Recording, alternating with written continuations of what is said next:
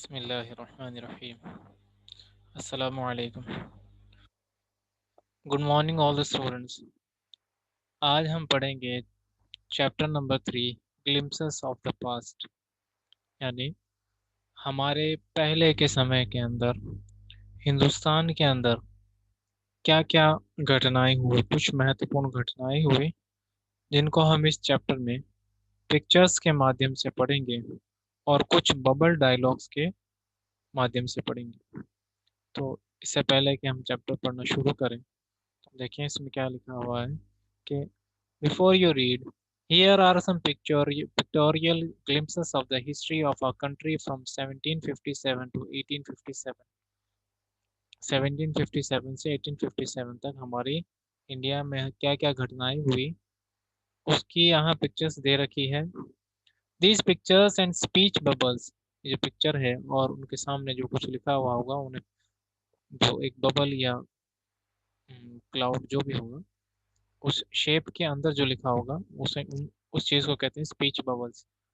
Will help clarify your understanding of the conditions that led to the event known as the First War of Independence in 1857। ये पढ़ करके हम इस चीज को समझ सकेंगे कि वो कौन कौन सी ऐसी चीजें थी जिनकी वजह से इंडिपेंडेंस का फर्स्ट वॉर हुआ था, यानी आज़ादी की पहली लड़ाई लड़ी गई थी 1857 में। लेकिन वो कामयाब नहीं रही थी, हिंदुस्तान को उस समय आज़ादी नहीं मिल पाई। देखें पार्ट 1, द मार्टियर्स, यानी जो लोग शहीद हो गए हैं। At a function in Delhi, Delhi के अंदर एक फंक्शन हुआ था जिसमें आप एक गायिका को देख सकते हैं जो एक गाना गा रही हैं या एक गीत गा रही हैं। वो गीत है o my country man, let your eyes fill with tears as you recall the sacrifices of India's martyrs. ये वही गीत है जो अक्सर हम 15 अगस्त या 26 जनवरी को सुनते हैं कि ए मेरे वतन के लोगों, जरा आंख में भर लो पानी, जो शहीद हुए हैं याद करो उनकी कुर्बानी। तो ये पिक्चर है, दिल्ली के अंदर फंक्शन हुआ था 1947 के बाद का है ये। और ये जो औरत गाने वाली है ये है लता मंगेशकर। और नीचे जो पिक्चर दिया हुआ है इसके अंदर हमारे भारत के कई बड़े नेता हैं, जिसके यहाँ योद्धा भी कह सकते हैं हम इनको। जैसे आप देख सकते हैं कर्सर के नीचे रानी लक्ष्मीबाई है, ये रानी लक्ष्मीबाई हैं। और ये लोकमान्य तिलक हैं। और ये बहादुर शाह जफर हैं। ये नेता नेहरू जी हैं, जवाहरलाल नेहरू, महात्मा गांधी, सुभाष चंद्र बोस और भगत सिंह। और ये हैं लाला लाजपत राय।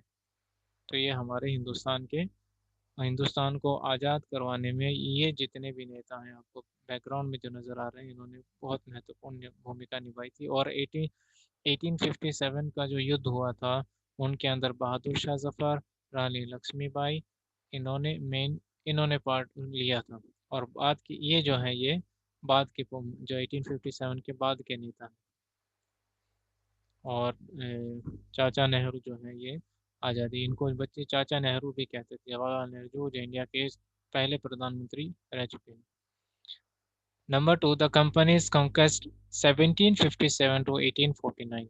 1757 से स्टार्ट हुआ था और 1849 तक ये जो है कॉन्क्वेस्ट हम इसके अंदर पढ़ेंगे कि जो अंग्रेज हिंदुस्तान आए थे व्यापार यानी कारोबार करने के लिए, सामान बेचने खरीदने के लिए, उन्होंने धीरे धीरे इंडिया पे कब्जा जमाना शुरू कर दिया। वो कैसे हुआ था वो हम इसके अंदर देखेंगे।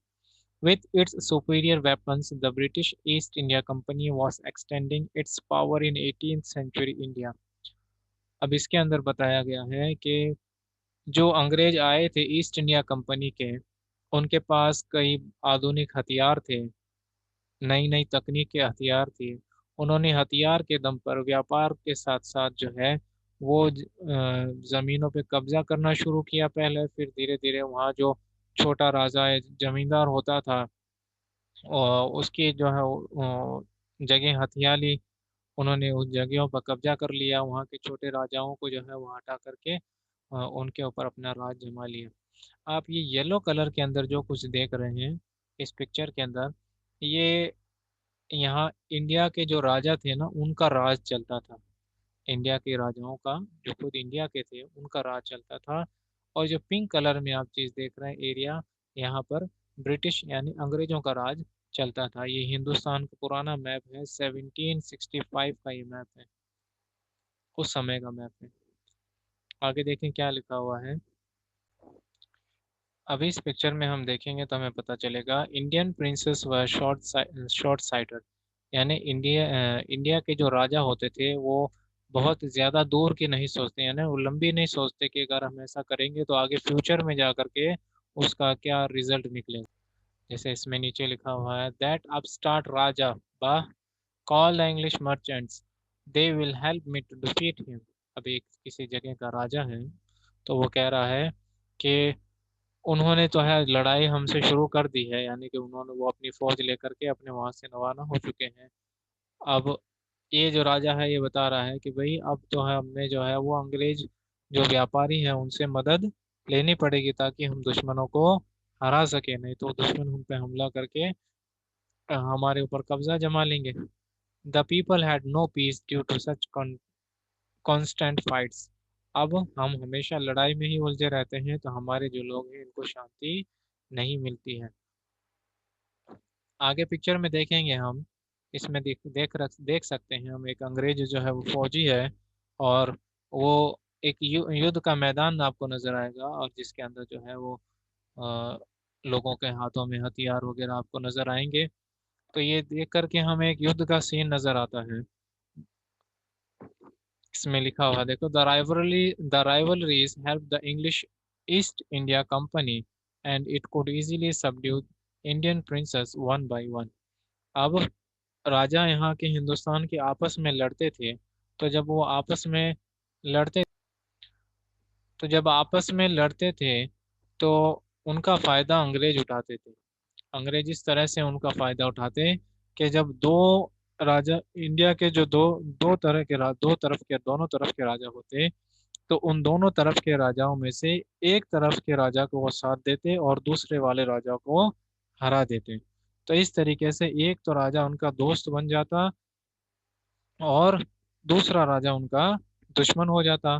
फिर बाद में जब किसी उनके दोस्त राजा का किसी और से जो है झगड़ा होता, युद्ध होता, तब अंग्रेज अपना फायदा देखते कि हमें किसके साथ रहने में ज्यादा फायदा है। अगर दुश्मन सेना के साथ रहने में उनको ज्यादा फायदा होता, तो अपने दोस्त राजा को छोड़ करके उनके साथ मिल करके अपने ही दोस्त राजा के साथ लड़ाई करते और उनको भी हरा देते, मार देते।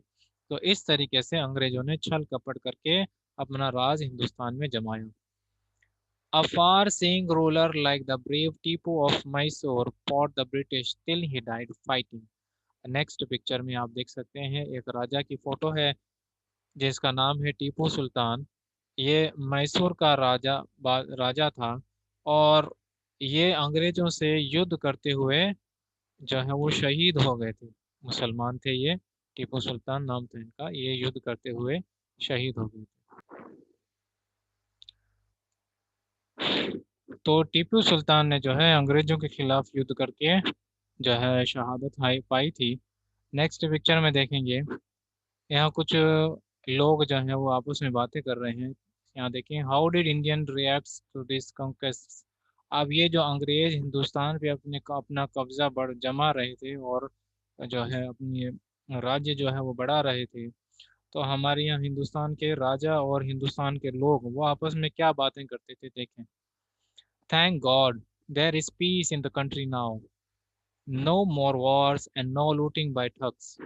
अब एक आदमी यहाँ पीछे खड़ा होकर के कह रहा है कि थैंक गॉड, भगवान का शुक्रिया इस कि अब हमारे राज्य में जो है शांति है, पीस है, यानी कि कोई लूट मार नहीं करता है, कोई डाकू नहीं है, कोई डकैत नहीं है, कोई चोरियां नहीं होती है, और हमारे लोगों को कोई लूटता भी नहीं है। इन अंग्रेजों का शुक्रिया। It is God who sent the British. यहाँ बीच में बैठा हुआ व्यक्ति राजा है, कहता है कि भगवान का शुक्र है कि उसने ब्रिटिश लोगों को हमारे लिए भेज दिया। तीसरा आदमी कहता, अ destiny is linked with them. उसने कहा कि हमारा भाग्य जो है उनके साथ जुड़ा हुआ है, यानी जब तक अंग्रेज हमारे साथ में रहेंगे हमें कोई भी नुकसान नहीं पहुंच सकता। यानी यहाँ के जो राजा थे वो अंग्रेजों की जो है वो तारीफ ही कर रहे थे, वो आगे की नहीं देख रहे थे कि अंग्रेज अभी जो है चलो हम इनसे अभी मदद ले रहे हैं, आगे जा करके इसका क्या परिणाम निकलेगा। दूसरी तरफ देखें, कुछ लोग हैं गांव के, वो आपस में बातें कर रहे हैं। The white man has killed और डिथ्रोन्ड आवर किंग्स। एक आदमी कह रहा है कि अंग्रेजों ने जो है, वाइट मैन अंग्रेजों के लिए इस्तेमाल किया जाता है ये शब्द वाइट मैन, उन्होंने जो है वो हमारे या तो राजाओं को मार दिया है, हमारे राजाओं को उन्होंने या तो मार दिया है या कुर्सी से, यानी कि उन्होंने जो है अपने राज से उनको हटा दिया है, अपनी गद्दी से उनको उतार दिया है। Some kings were not good but after all they were of this land. दूसरा आदमी कहता है हाँ, कि भले ही हमारे राजा अच्छे नहीं थे, सभी राजा जो हैं वो अच्छे नहीं थे, लेकिन आखिरकार वो थे तो हिंदुस्तान के ही ना, इन अंग्रेजों की तरह बाहर से आए हुए व्यक्ति तो नहीं थे, हमारे लोग ही अच्छे थे इन अंग्रेजों के मुकाबले में। एक आदमी और कहता है, now we have become slaves of foreigners. वो कहता है कि अब तो हम इन विदेशियों के गुलाम बन के रह गए हैं, ये जैसा चाहते हैं हमसे वैसा काम लेते हैं और हम इन्हें कुछ भी नहीं कह सकते। Number 3, British rule 1765 to 1836। अब ब्रिटिश रूल जो था वो 1755 से शुरू होकर के 1836 तक क्या क्या हुआ इंडिया के अंदर, वो इस पिक्चर के माध्यम से दिखाया गया है। सभी चीजें तो नहीं आती हैं इन पिक्चर्स में, लेकिन एक आइडिया आ जाता है कि उस समय हिंदुस्तान में क्या क्या हो रहा था। देखें first picture, first line, religious leaders preached ideas like untouchability and child marriage. और उस समय के जो ये संत वगैरह या साधु वगैरह होते थे, वो लोगों को यही चीजें सिखाते थे कि जो है छोटी जात वालों से दूर रहना चाहिए, हम बड़ी जात के लोग हैं, जो छोटी जात के लोग होते हैं उनसे हमें सावधानी बरतनी चाहिए, हमारे घर के बर्तन उनको खाने पीने के लिए नहीं देने चाहिए, वो अछूत होते हैं, उनको छूना नहीं चाहिए वगैरह ऐसी चीजें सिखाते थे। और छोटे बच्चों की जो है वो कम उम्र, छोटे बच्चों की ही शादियां कर देते थे, बड़े होने का इंतजार नहीं करते थे, कम उम्र में ही उनकी शादियां कर देते। और यहाँ पर एक संत बैठा हुआ ये है, लोगों को शिक्षा दे रहा है। क्या सिखा रहा है देखो, anyone who crosses the seas loses his religion. ये सिखा रहे हैं कि अगर कोई भी आदमी समुद्र पार करके किसी दूसरी जगह पर चला जाता है, दूसरे देश में चला जाता है, तो वो अपने धर्म से निकल जाता है, अपने धर्म से निकल जाता है। तो उस समय के जो संत थे उनकी मानसिकताएं ऐसी थी, उनकी सोच ऐसी थी कि वो अपने धर्म से ही निकल जाता है। इनका मकसद ये होता था कि कोई भी आदमी जो है वो अपना देश छोड़ करके दूसरे देश नहीं जाए, इसलिए ऐसी बातें उस समय ये लोग करते थे। आगे देखें, दूसरा व्यक्ति जो है सेकंड पिक्चर में वो क्या कह रहा है, all miseries in the world is due to women. अब लोगों की सोच देखें क्या कहते थे उस समय के लोग, क्या कह रहे थे कि दुनिया में जितनी भी परेशानियां हैं सब औरतों की वजह से। अब अगर सब परेशानियां औरतों की वजह से होती तो अंग्रेजों के औरतें नहीं थी क्या, अंग्रेज औरतें नहीं होती थी तो अंग्रेजों पर मुसीबतें नहीं आती थी। हाँ, अगर जैसे अंग्रेजों ने हिंदुस्तान पे कब्जा करके राज किया था तो औरतें तो उनके उनके यहाँ भी होंगी, तो फिर उनके ऊपर दुख नहीं आए, औरतें थी उनके यहाँ तो उनके ऊपर भी तो दुख आने थे। तो ऐसी चीजों का जो है हमारी जो किस्मत से कोई या क्या मतलब ये है कि हमारे ऊपर जो दुख तकलीफ आती है उसका औरतों से कोई लेना देना नहीं। तो उस समय के लोग इस तरह की बातें सोचा करते थे।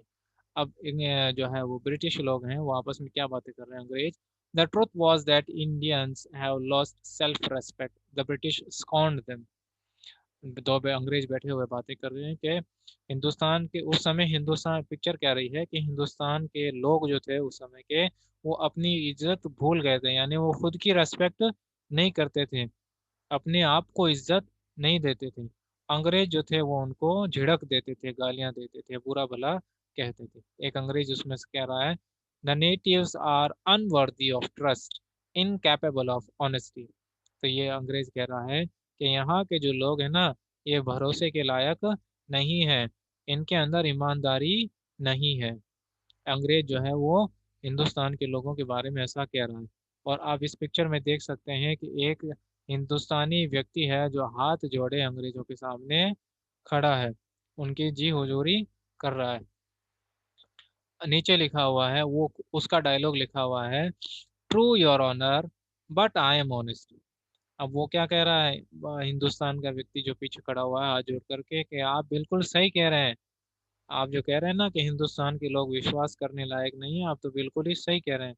लेकिन मैं तो आपका ईमानदार हूँ, मैं तो आपका ईमानदार हूँ, मैं बेईमान नहीं हूँ। दूसरे लोग बेईमान हैं हिंदुस्तान के, लेकिन मैं बेईमान नहीं हूँ। वो शायद भूल गया होगा कि वो भी हिंदुस्तानी है। हिंदुस्तान के लोगों को वो खुद ही नीचा दिखा रहे हैं। नेक्स्ट पिक्चर में देखेंगे आप, कई मजदूर जो है वो मजदूरी कर रहे हैं, सामान लाद रहे हैं, निकाल रहे हैं। और एक अंग्रेज व्यक्ति जो है वो हाथ उठाए खड़ा हुआ है, और उसके सामने एक मजदूर है जो उसके सामने हाथ बढ़ाए हुए कुछ मांग रहा है उससे, या उससे विनती कर रहा है। तो देखें क्या कह रही है picture. Being merchants the British wanted quick profits, then heavy taxes forced farmers to abandon the fields. उस समय जो थे अंग्रेज व्यापारी बन करके आए थे। अब क्योंकि वो व्यापारी थे, उनको ज्यादा से ज्यादा मुनाफा चाहिए होता था, तो इसके लिए उन्होंने जो किसान होते उनके ऊपर भारी टैक्स लगाना शुरू कर दिया। किसानों के ऊपर टैक्स लगाना शुरू कर दिया, जिससे क्या हुआ, किसान अब खेती नहीं करते थे, उन्होंने खेती करना छोड़ दिया कि भाई इतना हम काम करते हैं, मेहनत करते हैं, और हमको मेहनत भी पूरी नहीं मिलती है, हमको इतना घाटा होता है, तो अब हम ये काम क्यों करें। इसलिए कई सारे किसानों ने खेती करना भी छोड़ दिया। तो अब ये आदमी क्या कह रहा है, देखो मजदूर जो है वो क्या कह रहा है, but your man are taking all my crop, कि मैंने इस इतने सारे महीने मेहनत की है, मैंने इतनी अच्छी फसल उगाई है, लेकिन अब तुम्हारे आदमी जो है वो मेरी सारी की सारी फसल ले जा रहे हैं। अब मैं बेच करके तुम्हें पैसे कहाँ से दूंगा, तुम्हें जो पैसे देने हो मैं कहाँ से दूंगा। अब वो अंग्रेज सामने से क्या कह रहा है, you are still in arrears, कि अब भी तुम्हारे पैसे बाकी हैं। कि मतलब तुमने मुझे इतना अनाज दे दिया, लेकिन ये अनाज भी जो तुम्हारे में जितना टैक्स निकलता है ना, उससे कम है, तुम्हें तो अभी और पैसे देने होंगे। If you don't pay next week I will send you to jail. उसे कहता है कि अगर अगले हफ्ते तक तुमने मुझे पैसे जमा नहीं करवाए या अनाज जमा नहीं करवाया जितना भी तुम्हारा निकलता है, तो मैं तुम्हें जेल भेज दूंगा। एक तो उसकी मेहनत की सारी कमाई भी ले ली, और एक हफ्ते बाद कह रहा है कि तुम्हें इतने पैसे और जमा करवाने हैं, अगर नहीं दिए तो जेल भेज दूंगा। नेक्स्ट देखें, नेक्स्ट पिक्चर में क्या है। Still the British invented other methods which gave them more profits। इसके अलावा अंग्रेजों ने दूसरे काम भी शुरू किए जिससे उन्हें ज्यादा फायदा होने लगा। क्या क्या काम करते थे इसके अलावा वो, देखें। The goods manufactured in England should not have any import duty when brought into India. उसमें से एक अंग्रेज अधिकारी कह रहा है कि जब इंग्लैंड में बना हुआ सामान इंडिया में आए, तो उसके ऊपर कोई टैक्स नहीं लगना चाहिए।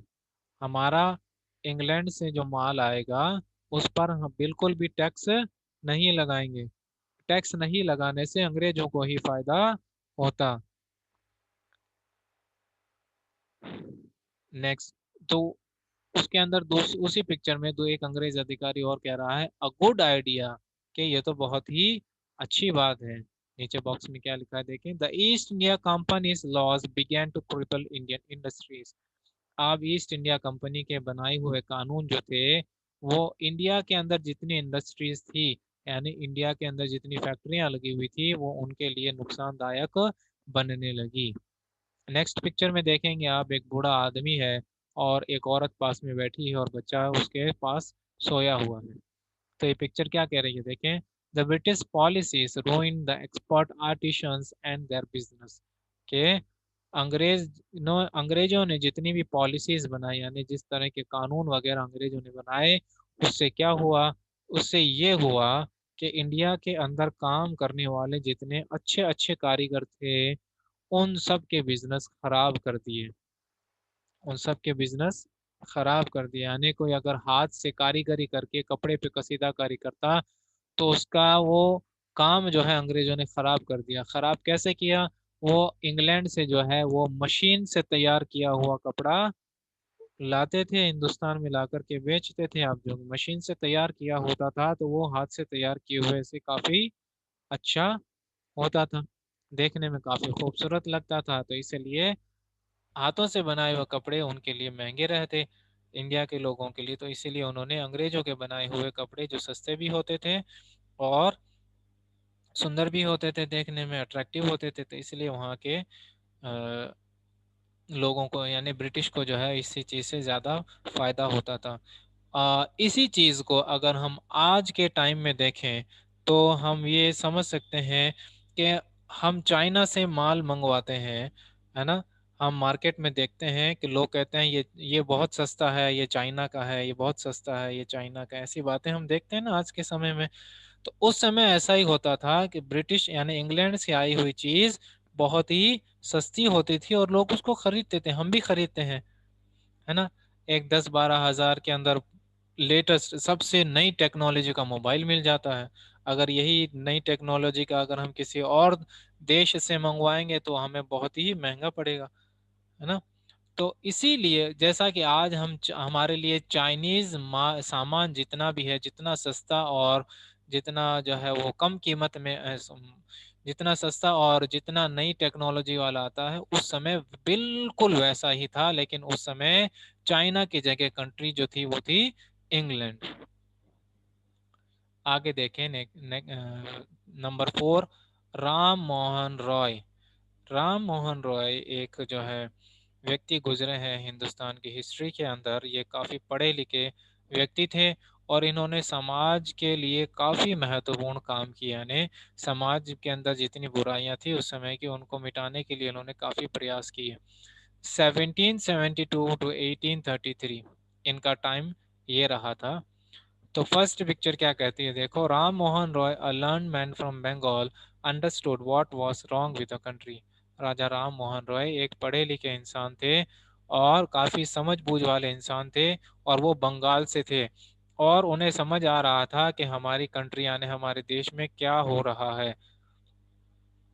Let us not despise ourselves, our ancient culture is great।